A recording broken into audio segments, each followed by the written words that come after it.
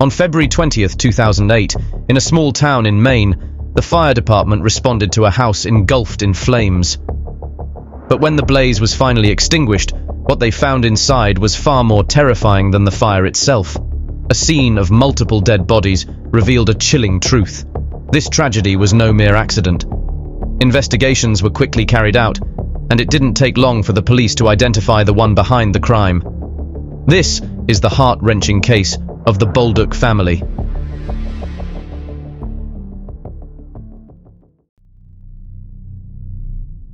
In today's case, you'll learn about the story of someone who appeared normal to the outside world, but was far more tormented than anyone noticed.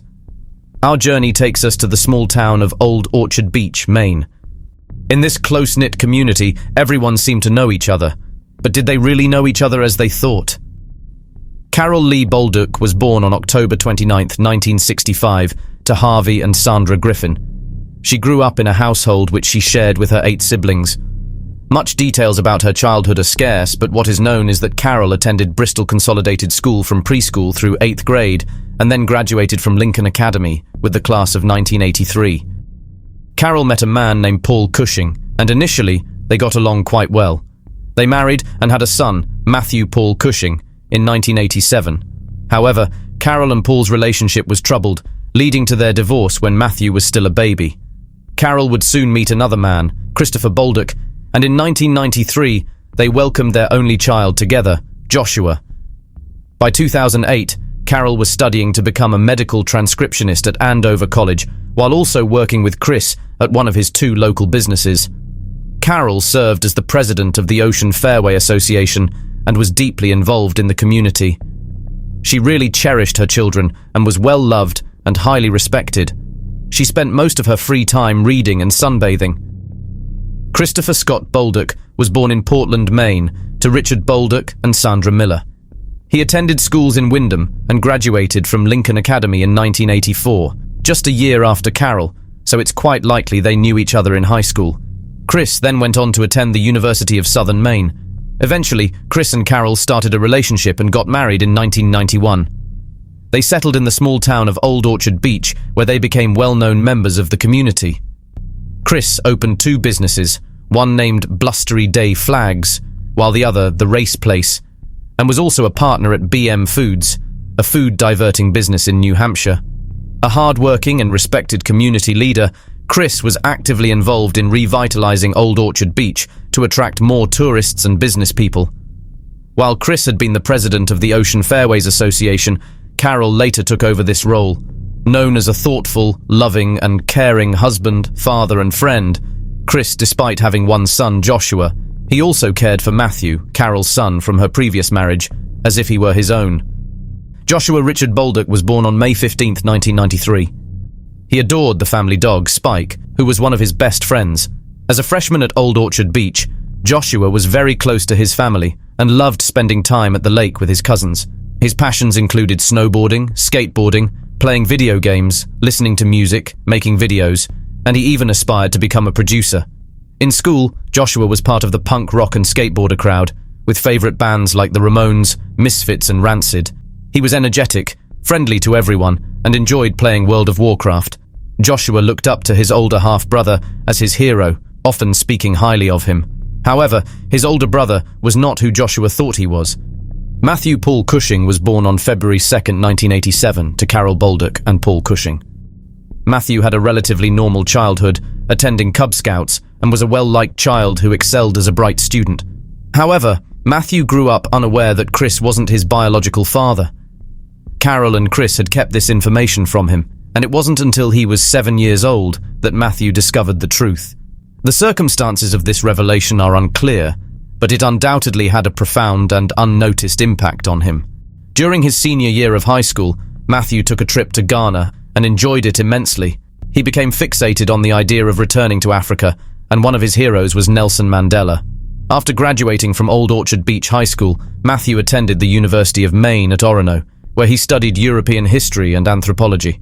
He was well liked and known for his sense of humor, often being the one to make his friends laugh. Despite outward appearances of happiness and a good relationship with his family, there was a darker side to Matthew's life. Initially, close friends insisted that Matthew wasn't using drugs, but the reality was quite different. Living with 10 roommates off campus, he began drinking heavily and using drugs shortly after starting college.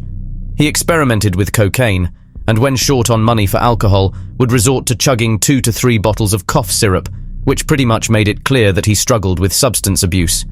At 22, before his senior year, he decided to take some time off to backpack through Europe to visit a friend, or at least that's what he told his parents. You see, Matthew relied heavily on his parents for financial support for nearly everything, and when he asked them for money to fund the trip, they agreed, but instead of going on the trip, he used the money to buy drugs and alcohol. During that period, things started taking a dark turn for Matthew. 2 months before his horrific actions, Matthew's beloved husky Nanook was hit by a car on December 26, 2007. He was truly devastated by the loss, which worsened his situation further. Within a few weeks, he went ahead and got a tattoo of Joshua's name on his stomach, a disturbing decision given the events that followed. Matthew had become increasingly troubled, fearing that his mother and stepfather might divorce. His behavior grew more alarming as he bought a taser and began researching sinister topics online. He looked up the most effective places to stab someone, finding that targeting the eyes could incapacitate a person. He also searched for gun silencers and life insurance policies, revealing a clear intent to harm. With murder on his mind, Matthew's dark thoughts eventually culminated in a tragic and violent end. On Wednesday, February 20th, 2008, the small town of Old Orchard Beach was sunny but cold.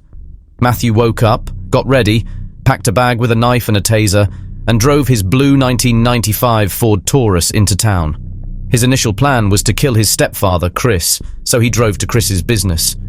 However, seeing too many people around, he decided to go to his childhood home instead.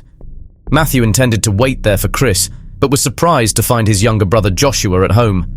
He began telling Joshua about the impending divorce and how it would ruin their family. Joshua, who didn't really take it as serious as Matthew did, tried to reassure Matthew, saying everything would be okay and that their parents would work things out. Matthew, growing increasingly angry, revealed his plan to kill Chris, and even went ahead and asked Joshua to help him. When Joshua refused, obviously not wanting to harm his father, Matthew became enraged. In a fit of fury, he attacked Joshua and killed him with the knife he had brought. As mentioned earlier, Matthew used the information from his internet searches to kill Joshua. However, he later admitted that he felt no thrill or intense emotion after the murder. Knowing his life was effectively over, he continued with his dreadful plan. Meanwhile, Matthew's mother, Carol, was working in town when a friend called to inform her that Matthew was in town. Surprised by this news, she packed up her belongings and left the family business, heading home around 2:15 p.m. At 2:35 p.m., Carol called her husband, Chris, who was still at the family store, and mentioned seeing Matthew's car parked at the dog park. Shortly after, Carol arrived home to find Matthew there, waiting for her. Noticing the blood on his shirt and his unsettling demeanor, she asked him what was going on, why he was home, and if he was okay. Matthew's behavior was strange, and when Carol asked about Joshua's whereabouts, Matthew dismissively told her not to worry and that everything was fine. Carol offered Matthew some money, but he declined. When she then threatened to call the police and tried to get past him to check on Joshua, Matthew attacked and tackled her to the ground, killing her in the same manner as he had Joshua. He then dragged her body to Joshua's bedroom and waited for the last member of their family, Chris. As he waited, Matthew paced around, ranting and blaming Chris for all their problems and for forcing him to kill his family. He was also disturbingly happy and excited, eagerly anticipating Chris's arrival. Meanwhile, at 3:30 p.m., Chris was trying to call Carol and Joshua, but received no response. Growing increasingly worried, he decided to go home to check on them. A good family friend who worked at Chris's store was aware of the situation, and he told Chris that if he didn't hear from him within an hour, he would call the police. Shortly after this conversation, Chris left for home, but upon arriving, he was sneakily attacked by Matthew. Matthew used the stun gun he had purchased to incapacitate Chris before taking his life. But his spree wasn't over. As mentioned earlier, Joshua had a dog named Spike that he loved so much and regarded it as his best friend. Well, Matthew callously walked down the hallway to the dog's cage and also stabbed Spike to death. He then proceeded to set multiple fires in different parts of the house, seemingly attempting to burn it down. At 5:40 p.m., a neighbor called the family friend who worked at the store, reporting an alarm going off at the Bolduc residence.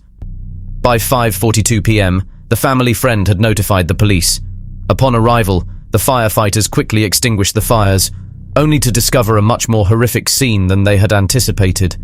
This wasn't merely a house fire, it was a scene of multiple gruesome murders, and the police knew exactly who they were looking for.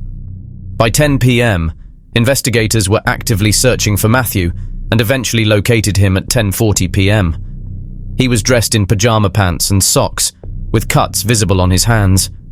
Matthew claimed he had cut himself while slicing a thick piece of steak and insisted he hadn't been in Old Orchard Beach that night. He fabricated a story about being depressed and driving to visit his biological father, Paul, but then pulled over and broke down in tears, deciding to turn back and returning home. This was a clear lie to the police, who weren't even fooled by it for a moment.